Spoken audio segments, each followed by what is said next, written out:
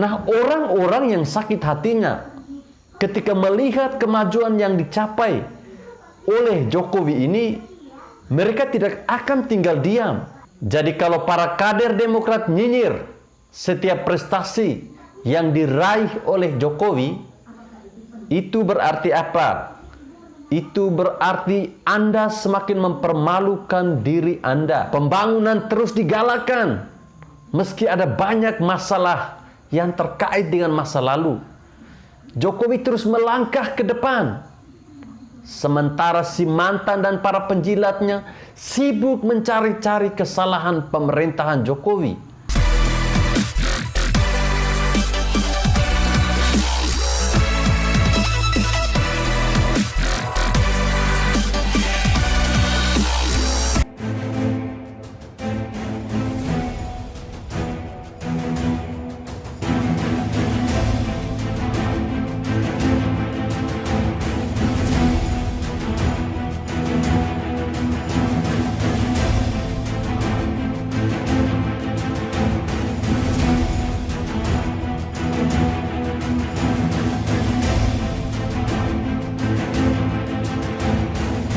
Assalamualaikum warahmatullahi wabarakatuh. Salam, salve, Om Swastiastu, Namo Buddhaya, salam kebajikan. Nyinyiran loyalis Cikeas semakin memperburuk citra mantan yang masa lalunya penuh dengan mangkrak. Demokrat ini sebenarnya sangat iri ketika melihat prestasi dari Presiden Jokowi yang sangat gemilang.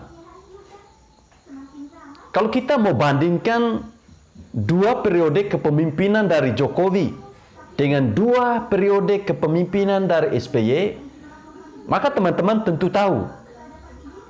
Dan bagi saya ini adalah sangat berbeda kelas, alias sangat jomplang. Maka karena itulah ada upaya nyinyir yang dilakukan oleh para loyalis SBY, AHY, dan juga Ibas.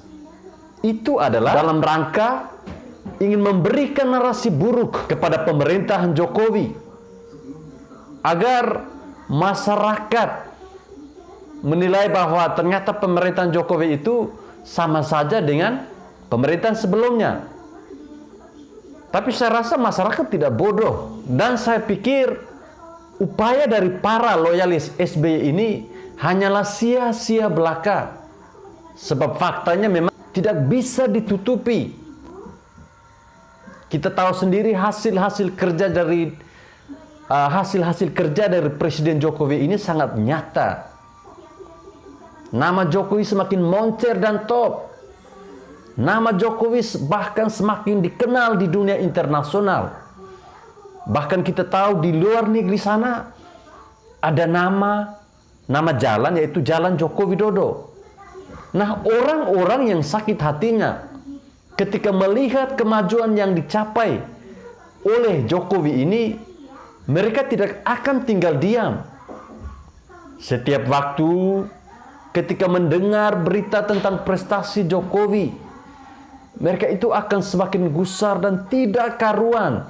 Dan lagi-lagi dikerahkannya lah orang-orang seperti Roy Suryo, Andi Arief. Kita tahu si Roy Suryo ini adalah seorang mantan menteri yang pada periode si mantan, yang dirinya selalu dikaitkan dengan apa? Dengan masalah panci, bro. Sehingga sulit bagi si Roy Panci ini melakukan serangan narasi yang berhasil. Apapun yang dilakukan oleh Roy Suryo pasti gagal. Bukan cuma Roy Suryo, ternyata ada beberapa loyalis atau pembela SBY dan Demokratnya. Dia adalah Susilawati, juga politisi Demokrat. Kalau Andi Arief itu terkenal dengan kondom bergerigi yang beberapa waktu lalu pernah kepergok di sebuah kamar hotel. Saya percaya teman-teman tentu masih ingat kasusnya Andi Arief ini. Dari bawahan hingga atasan Demokrat ini sepertinya sama saja.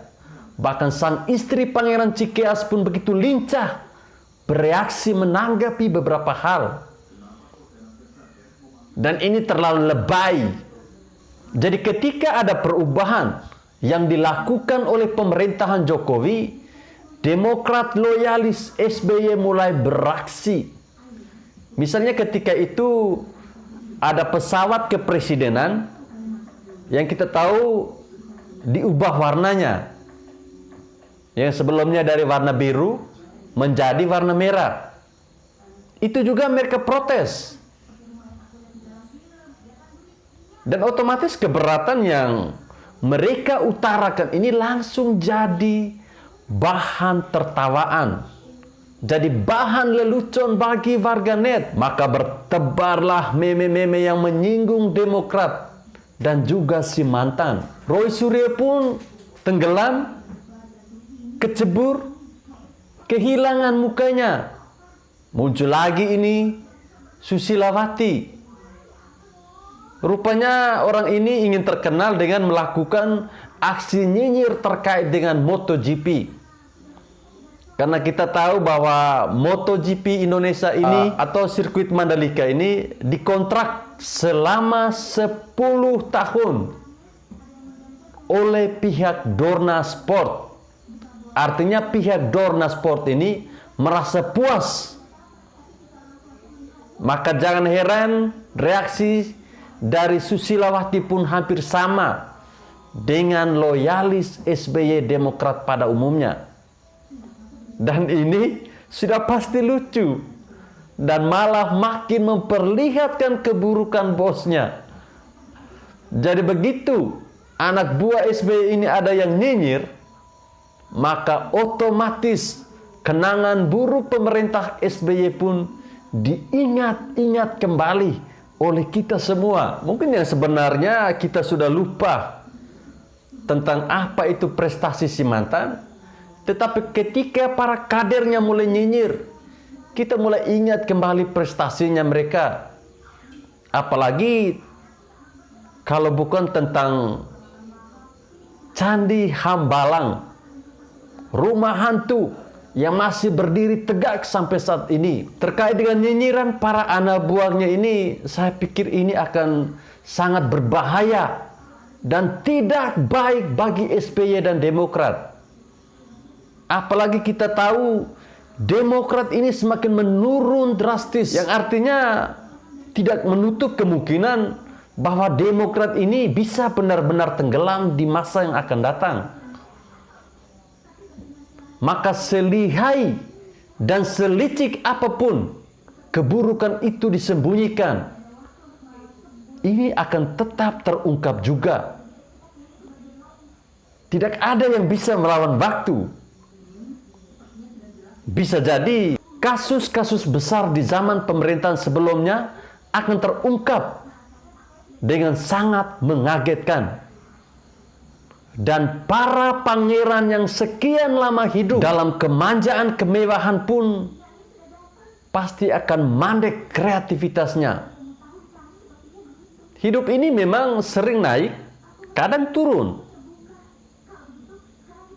Dulu boleh kita berkuasa, tapi ya kita tahu tidak mungkinlah kita berkuasa sampai selama-lamanya. Maka saat ini bisa jadi bukan lagi masa kejayaanmu. Dan semakin nyinyir, maka semakin menambah goresan luka dari sang mantan. Tentu saja ini sangat memalukan jika para kader atau loyalis SBY Demokrat ini nyinyir tapi tidak melihat diri sendiri. Loyalis SBY ini tidak bisa lari dari label Candi Hambalang, bangunan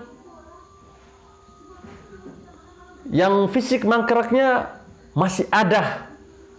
Dan ini seperti monumen abadi bahwa pernah terjadi korupsi besar-besaran di negeri ini,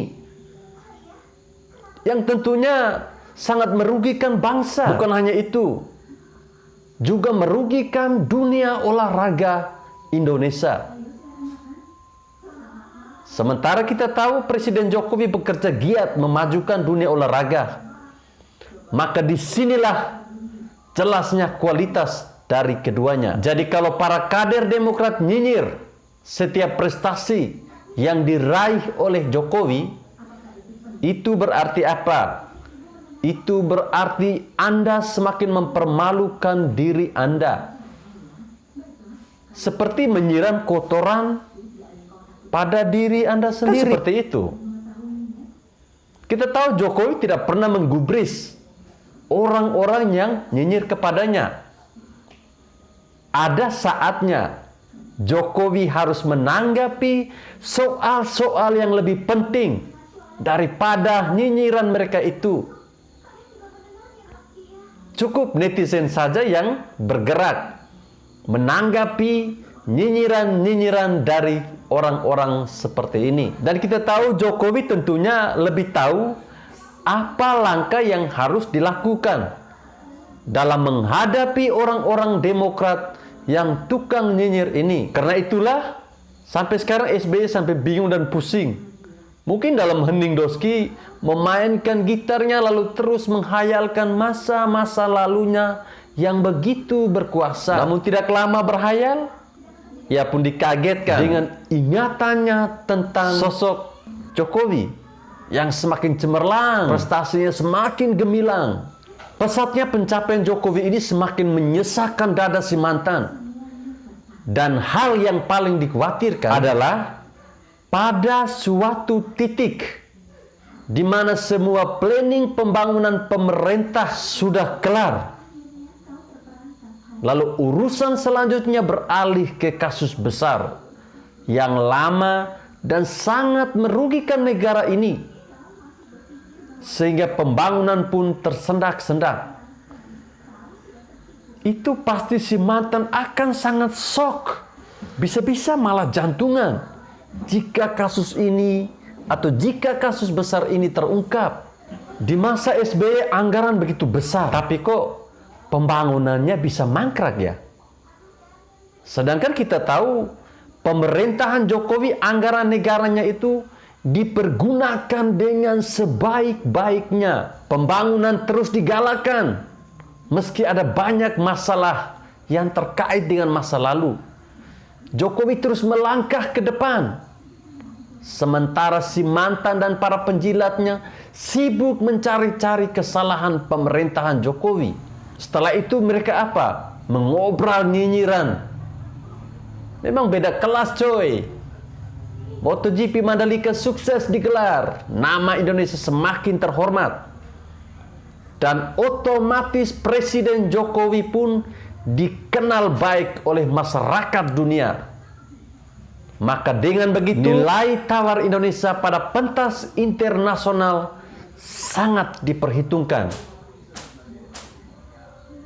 Tentu saja ini semua karena apa? Karena Jokowi berani memimpin dan menggebrak serta jeli menjalankan catur politik internasional. Bukan sibuk main gitar dan buat album, serta sibuk menjadi tukang nyinyir setelah tidak berkuasa. Apalagi kalau mereka nyinyir soal utang. Oh tidak. Di masa mantan utang juga sangat lebih banyak, dan proyek Hambalang terbengkelai.